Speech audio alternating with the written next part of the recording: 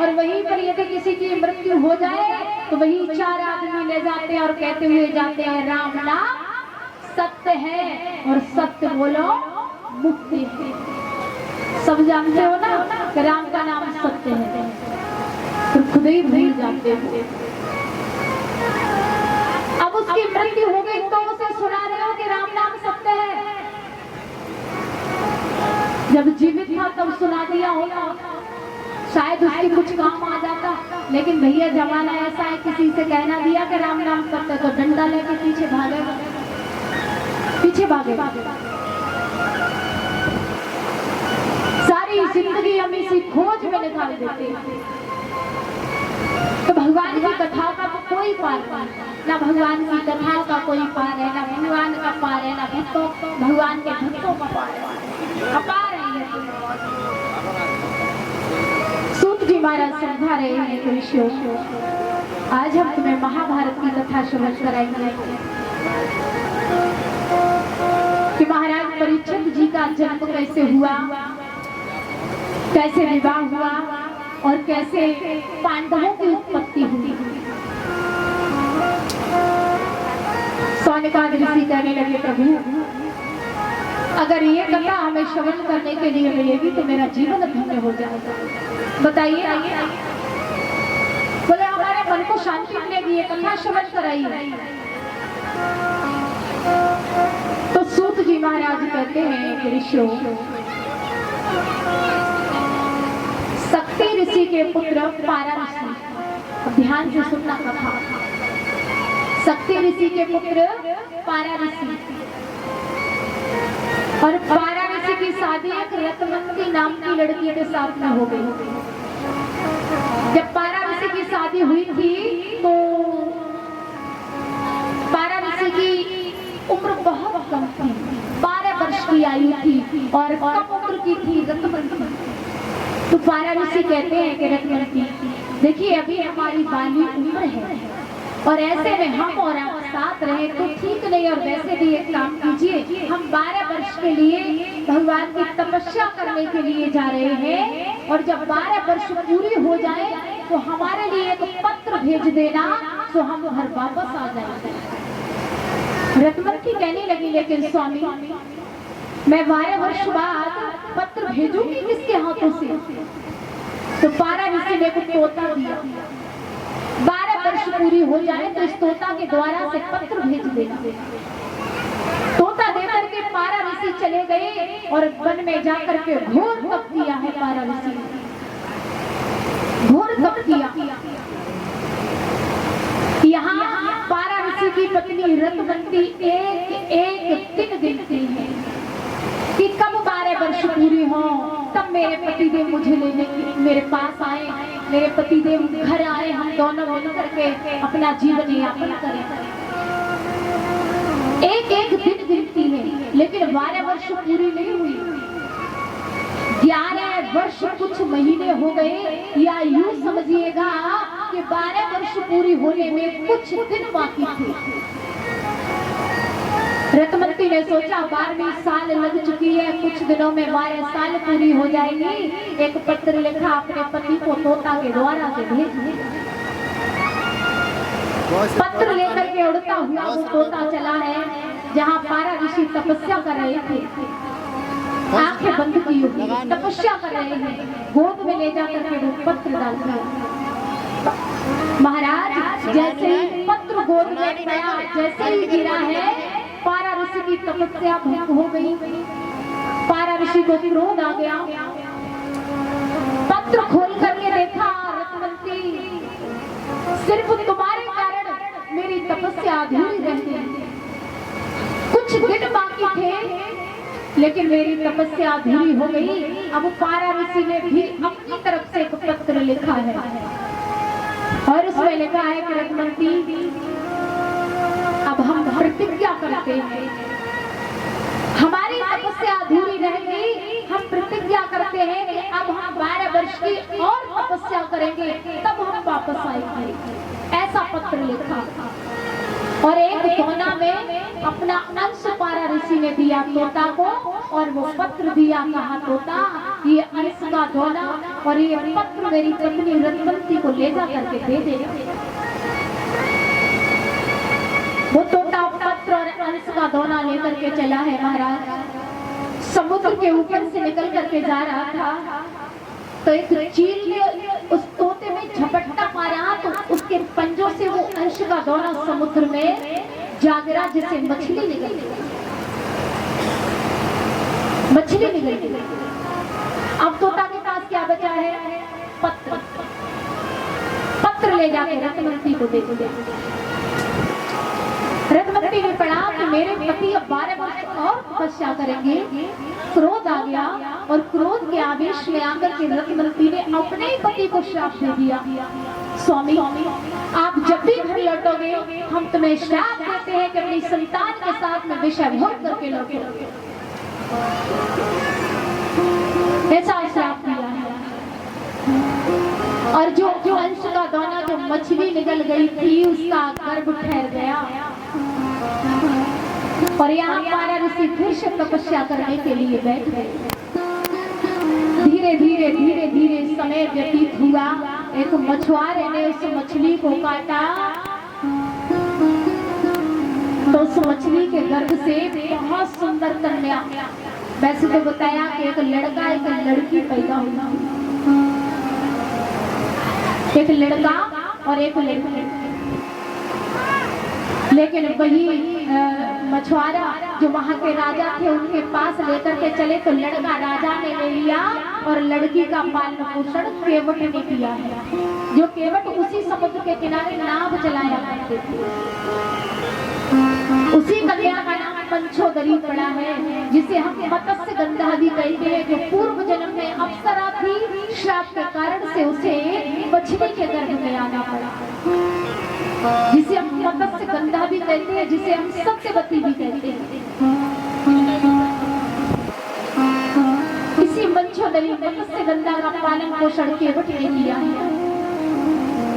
धीरे धीरे वो मंचोदरी बड़ी होने लगी तो इनका काम क्या है?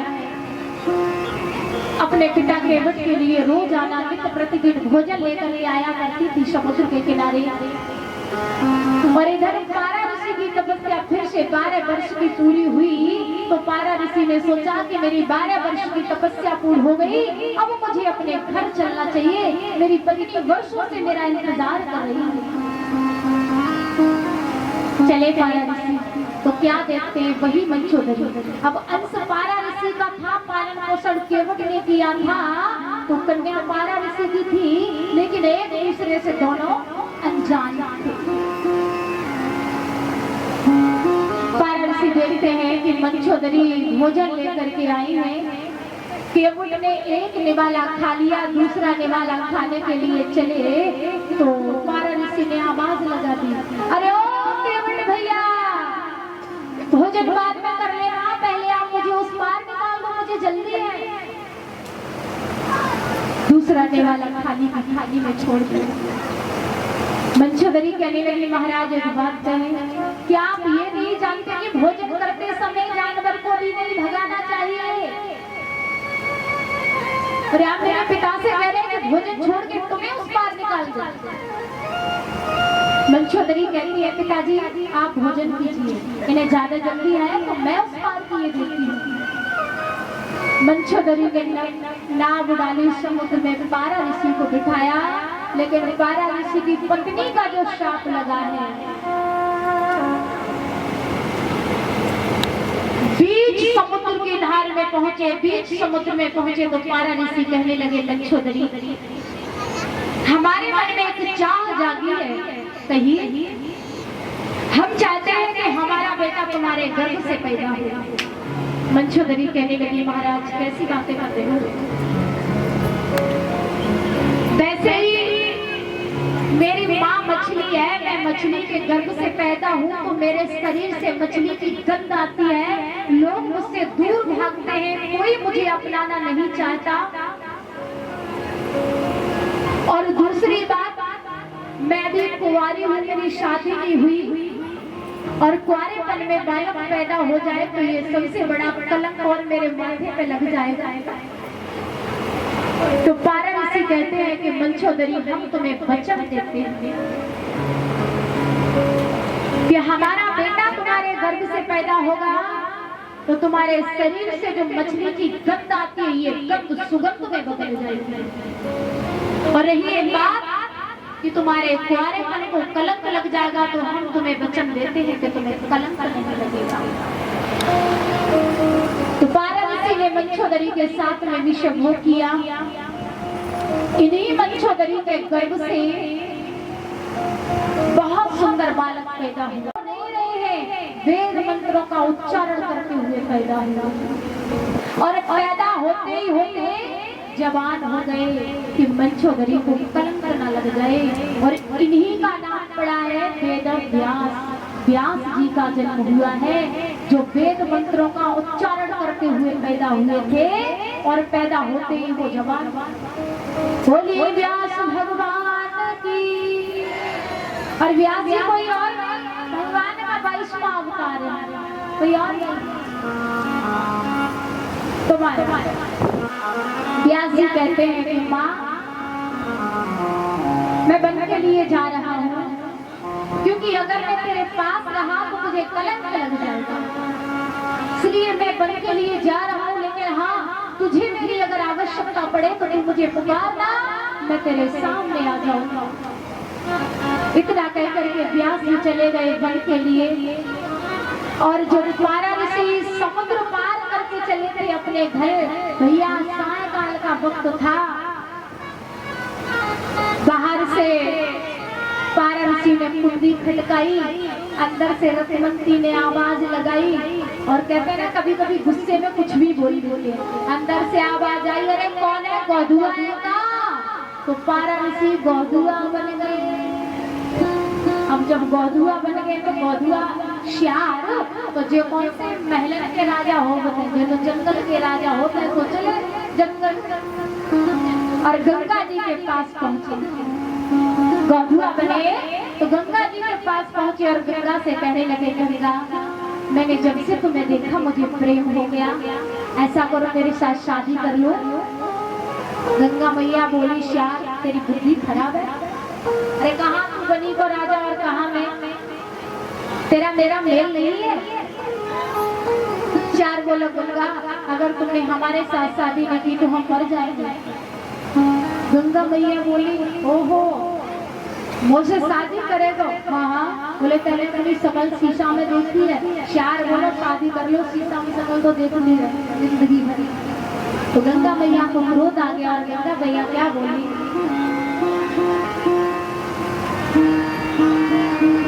ये गंगा महारानी करके तो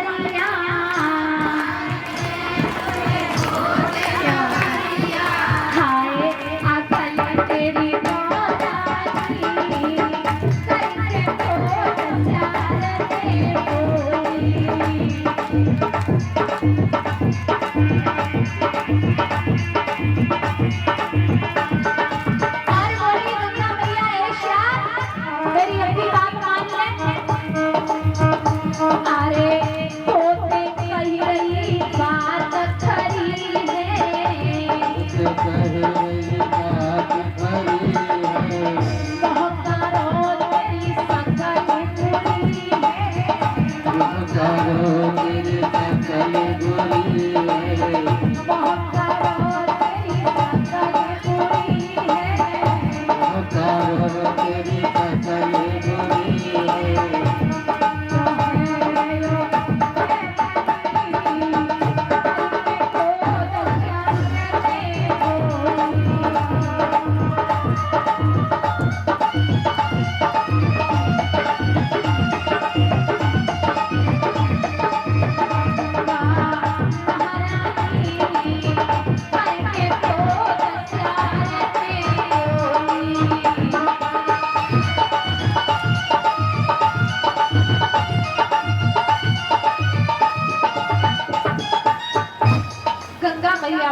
श्यार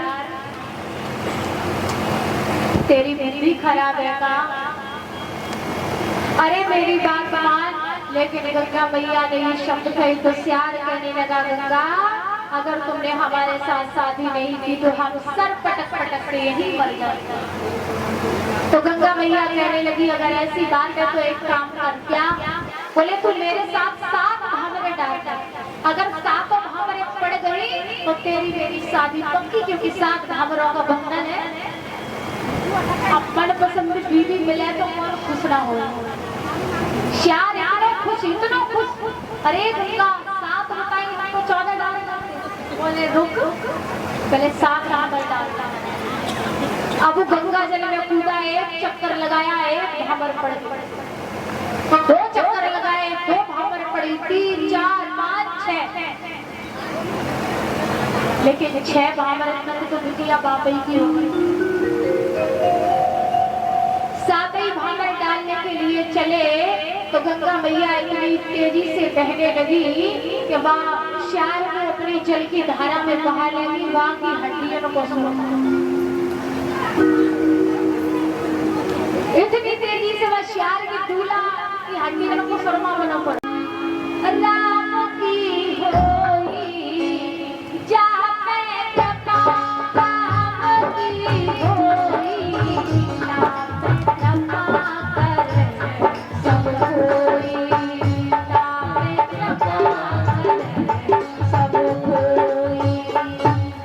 जा पे कृपा राम की होई और जा पे कृपा करे सब कोई।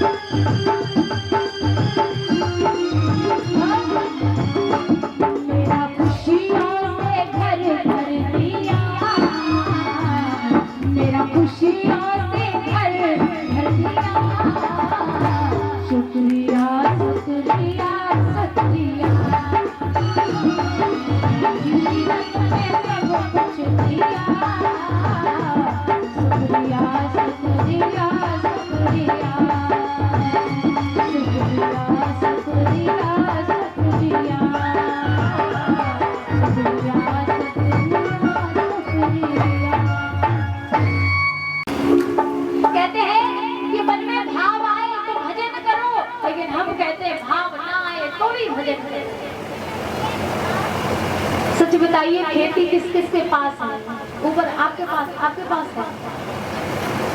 गेहूं ये करते हो ना तुम? तो ये बताइए, जब ये किसान खेती होता है तो बीज डालता है, तो क्या देखता है कि बीज सीधा पड़ा है या उल्टा पड़ा है या तिरछा पड़ा? देखते हो? पड़ जाए, और अगर खेत में बीज पड़ गया तो फसल निकलेगी, है ना? हम सीधे सीधे रखोगे तो है नहीं खेत। ऐसे एक बार जुबान से भजन निकल गया बिना भाव के भी, तो उसका तो फल मिलेगा। तो आइए, पल भर के लिए कोई राधा नाम रट ले, पल भर के लिए कोई राधा नाम रट ले, झूठा ही सही, पल भर के लिए कोई राधा नाम रट ले, पल भर के लिए कोई राधा नाम रट ले, झूठा ही सही।